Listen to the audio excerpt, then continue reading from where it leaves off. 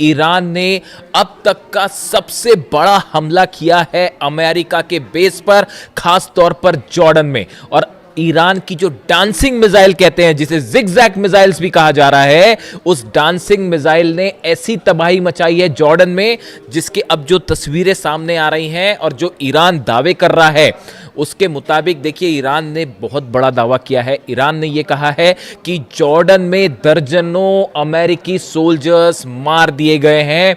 ये बहुत बड़ा दावा है कि कई अमेरिकी सोल्जर्स जो हैं, सैनिक जो हैं, वो मार दिए गए हैं। इसके अलावा अमेरिका के C-17 ट्रांसपोर्ट प्लेन्स गिर चुके हैं, P-8 एयरक्राफ्ट जो है वो जल चुका है, और सबसे बड़ी बात, ब्लैक हॉक हेलीकॉप्टर्स की एक पूरी यूनिट जो है वो इस बेस पर तबाह हो गई है। देखिए, ये बहुत बड़ी क्लेम है जो ईरान कर रहा है, जो दावे है ईरान कर रहा है। ईरान की तरफ से पहले भी जो दावे हुए, देखिए वो धीरे धीरे सच साबित हो रहे हैं। हमने आपको बताया था कि जॉर्डन में जो हमले हुए हैं उसमें कई प्लेन तबाह हुए हैं। अब वो बात धीरे धीरे सामने आ रही है। 4 अमेरिकी सोल्जर्स की मौत की खबर जो है वो सामने आ चुकी है, लेकिन इसके बाद अब ईरान की तरफ से जो दावा है, ईरान का कहना है कई दर्जन अमेरिकी सैनिक जो है वो मारे जा चुके हैं। लेकिन अब देखिए, इसमें बड़ा सवाल ये है कि आखिर ये हमले जॉर्डन पर कैसे हुए और कैसे ईरान के मिसाइल्स ने जॉर्डन के बेसिस पर जो है वो इतना सटीक निशाना साधा कि वहां हाहाकार की स्थिति है। देखिए, मुवफ़्फ़क़ अल सॉल्टी बेस जो है पूरी तरह से तबाह है। बताया जा रहा है यहां पर जबरदस्त हमले हुए। Prince Hassan airbase, King Faisal airbase, ये जॉर्डन के वो बेसेस हैं जहां बड़ी संख्या में अमेरिकन जो थे सोल्जर्स मौजूद थे। अब देखिए हुआ क्या, ये कैसे जॉर्डन में इतना बड़ा नुकसान जो हुआ है अमेरिका को, जिसके दावे हो रहे हैं, ये कैसे हुआ, और ईरान की डांसिंग मिसाइल का क्या रोल है इसमें। अमेरिका के तमाम अखबार, मीडिया आप उठा के देख लीजिए, वो इन खबरों से भरे पड़े हैं कि ईरान की डांसिंग मिसाइल, जिगजैग मिसाइल, जो अपना रास्ता बदल लेती है। देखिए, ईरान की तरफ से मिसाइल दागी गई जॉर्डन के इस तमाम बेसिस पर। हुआ ये कि अमेरिका के पेट्रियट सिस्टम ने, थाट सिस्टम ने इन्हें रोकने की कोशिश की, लेकिन जो खबरें आ रही हैं उसके मुताबिक ईरान की ये मिसाइल्स जो हैं ये जिगजैग रूट अपना रही हैं, यानी कि अपना रास्ता बदल दे रही हैं। इसीलिए इसे डांसिंग मिसाइल भी कहा जा रहा है। और अमेरिका का ये कहना है, अमेरिकी मीडिया का कहना है, साहब मैं खुद नहीं बता रहा अपनी बात, अमेरिकी मीडिया जो दावे कर रहा है, आप उठा के देख लीजिए जितने अखबार हैं अमेरिका के, कि ये जिगजैग मिसाइल और ईरान की डांसिंग मिसाइल को रोकने में पेट्रियट और थार्ड पूरी तरह से नाकाम हुआ। और इन मिसाइल्स की स्पीड इतनी ज़्यादा थी कि इसे रोकना असंभव था। नतीजा ये हुआ कि बहुत बड़ा नुकसान हुआ है, और अब अमेरिका ने इसे स्वीकार करना भी शुरू कर दिया है। और कितनी कैजुअलिटी हुई है ये अभी आने वाले वक्त में पता चलेगा। और ये भी कहा जा रहा है कि बदला लेने के लिए अमेरिका आज की रात बहुत बड़ा हमला कर सकता है, इस तरह की सूत्रों के हवाले से खबर है। अब देखिए एग्जैक्टली हुआ क्या। हुआ ये कि अमेरिका के जो फॉरवर्ड बेसिस में से शामिल हैं कुवैत और बहरीन, ये दोनों जगह से अमेरिका के फाइटर जेट्स टेक ऑफ कर रहे थे ईरान पर हमला करने के लिए, जो अभी दूसरे दौर के हमले शुरू हुए इस पर। लेकिन नतीजा क्या हुआ, ईरान की तरफ से अली अल सलेम बेस जो है कुवैत में, वहां पर पेट्रियट सिस्टम तबाह कर दिया गया। $1.5 बिलियन का नुकसान हो गया। एयर सर्विलांस जो राडार था वो तबाह कर दिए गए। ऐसे ही हाल जो है बहरीन में था, शेख ईसा एयरबेस में पेट्रियट सिस्टम तबाह हो गया, वो भी $1.5 बिलियन का था। सवाल ये था कि अब ये हमले जो है, जब ये फॉरवर्ड बेसिस पर नहीं रोके जा रहे थे, तो यहां मौजूद जितने F-35 जेट्स थे, F-18 जेट्स यहां पे खड़े हुए थे बहरीन में और कुवैत में, इन सब पर खतरा मंडरा रहा था। इनसे बचने के लिए C-17, P-8 और ये जितने F-35, F-18 जेट्स थे, इनको हटा के जॉर्डन ले जाया गया। इनको हटा के जॉर्डन ले जाया गया। जॉर्डन से ईरान की दूरी ज़्यादा है बजाय कुवैत के और बहरीन के, तो इन हालात में इनको जॉर्डन ले जाया गया। अब जॉर्डन जो है वो मुख्य सेंटर बन गया ईरान के अगेंस्ट हमलों का, और जितने जेट्स टेक ऑफ कर रहे थे वो जॉर्डन से टेक ऑफ कर रहे थे। और जो अलग अलग हमले हुए, खासतौर पर ईरान के ब्रिज पर हमले हुए, टनल्स पर हमले हुए और एनर्जी सेंटर्स पर हमले हुए, उसका नतीजा ये था कि ईरान ने पलटवार शुरू किया। और सबसे बड़ा जो टर्निंग पॉइंट था वो ईरान शहर में जो ईरान के सैनिकों पर हमला किया गया, वहाँ से ईरान की सेना का गुस्सा भड़क गया और अब निशाने पर आ गए जॉर्डन के बेसिस। यानी बहरीन और कुवैत से बड़े हमले शुरू हो गए जॉर्डन पे। और ईरान ने, देखिए मैंने आपको पहले ही कहा था कि जैसे जैसे जंग आगे बढ़ेगी ईरान अपनी सबसे खतरनाक मिसाइल्स निकाल के हमले शुरू कर देगा। अब पेट्रियट और थार्ड लगे हुए हैं, सबको पता था कि पूरा जोर लगा दिया अमेरिका ने जॉर्डन में अपने बेसेस बचाने के लिए। लेकिन हुआ क्या, ईरान की तरफ से डांसिंग मिसाइल्स फायर कर दी गई और उन बेस को तबाह कर दिया गया। अब अमेरिका हैरान, अमेरिका के जितने एक्सपर्ट्स थे वो हैरान कि भाई ये हमले हो कैसे गए, ये जिगजैग मिसाइल्स कहाँ से आ गई।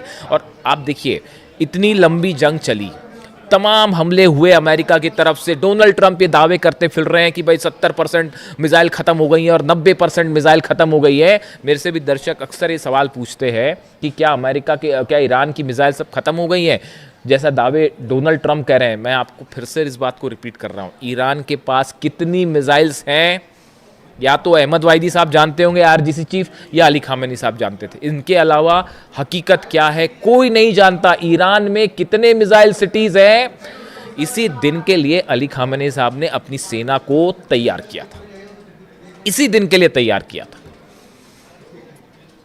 और उसका नतीजा देखिए, आज दुनिया की सबसे बड़ी ताकतें जो हैं वो ईरान के सामने घुटनों पर हैं, अपने बेसिस नहीं बचा पा रहे, खाड़ी देश जल रहे हैं और सिर्फ आप जो है कुछ नहीं कर सकते, हेल्पलेस स्थिति में खड़े।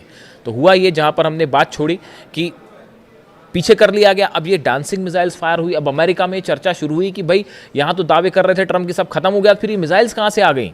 तो अब वो एक नई थ्योरी लगाई गई कि भाई ये मिसाइल्स जो है रूस ने दी हैं, ये मिसाइल्स जो है वो चाइना ने दी है, मिसाइल की टेक्नोलॉजी चाइना ने दी है। मेरे से भी कई लोगों ने इस बारे में सवाल पूछा कि जो खबरें छप रही हैं अमेरिका में कि रूस और चीन मिसाइल दे रहा है और उसके ज़रिए ईरान हमले कर रहा है, आपकी क्या राय है? आप मेरी राय सुन लीजिए, मैं क्या कर रहा हूँ। ईरान को मिसाइल टेक्नोलॉजी में किसी की मदद लेने की ज़रूरत नहीं है। आप अगर ईरान के मिसाइल प्रोग्राम को देखें, ये कोई आज 6 महीने और 1 साल भर का प्रोग्राम नहीं है, ये बड़े समय से चल रहा है।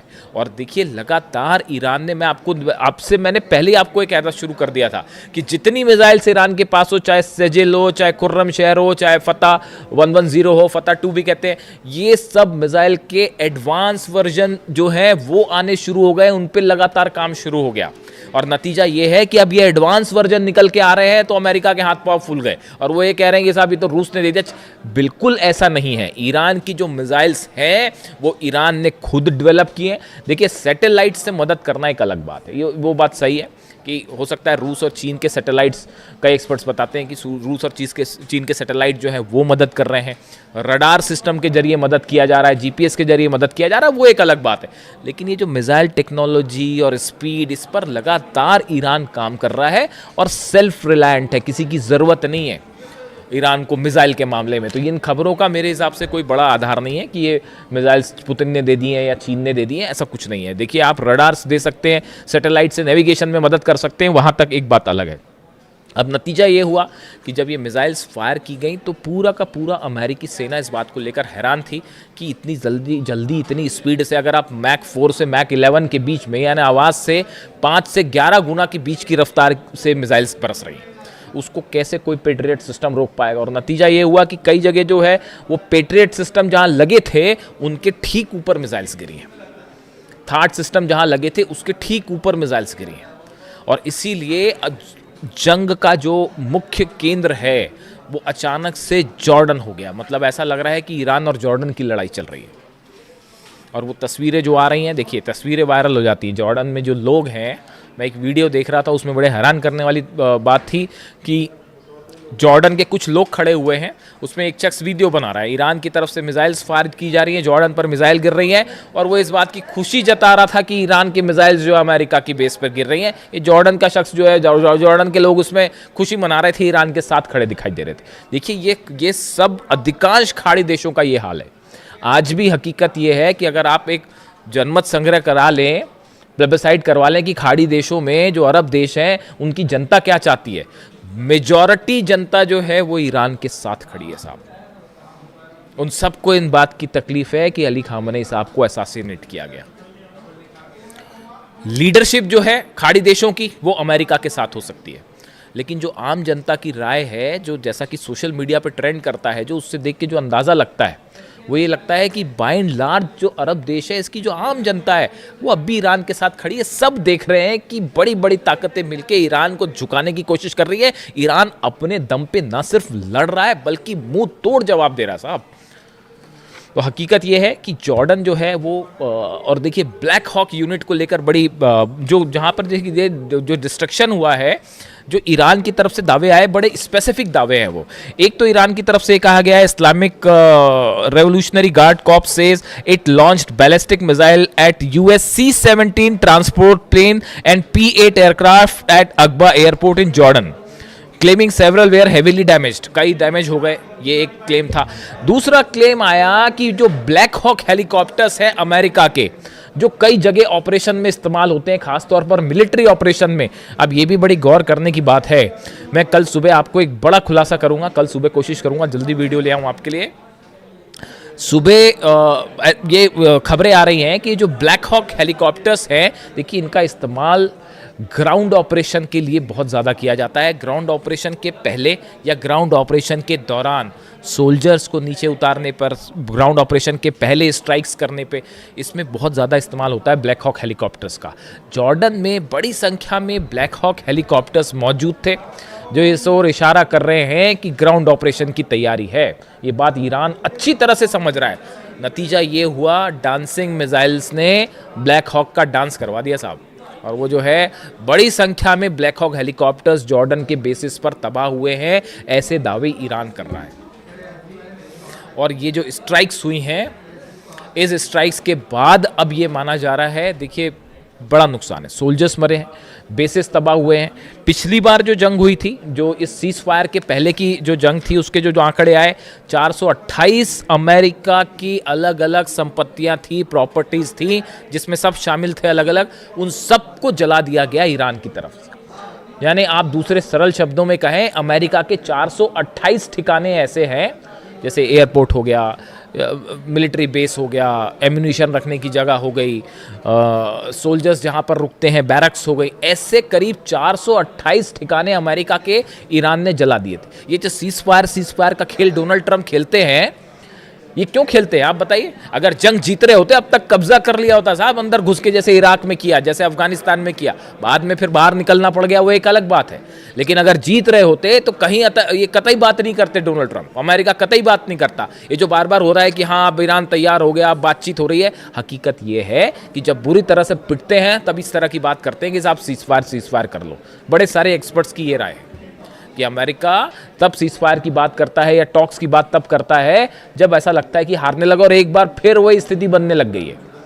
जितना नुकसान हुआ है, देखिए ये बात साफ है, आप एयर स्ट्राइक्स करके ईरान को नहीं दबा सकते, नहीं हरा सकते, हराने का कोई सवाल ही नहीं है। अब हॉर्मूज में 2 जहाज देखा आपने किस तरह से ठोक दिए फिर से, तो हॉर्मूज पूरी तरह से ईरान के कंट्रोल में है। और अब खाड़ी देशों में बड़े missiles, dancing missiles, zigzag missiles, जिनका इस्तेमाल हो रहा है, इसकी कोई काट किसी के पास नहीं है। और अमेरिका के plane, Black Hawk helicopters, C-17 transport plane, सब के सब आग के हवाले हैं। आज की रात भयानक हमले होने वाले, इसमें कोई शक नहीं है। ईरान भी तैयार है और देखते हैं अमेरिका की तरफ से क्या स्ट्राइक होती है। जो भी अपडेट होगा पहुंचाऊंगा आप तक। Thank you so much.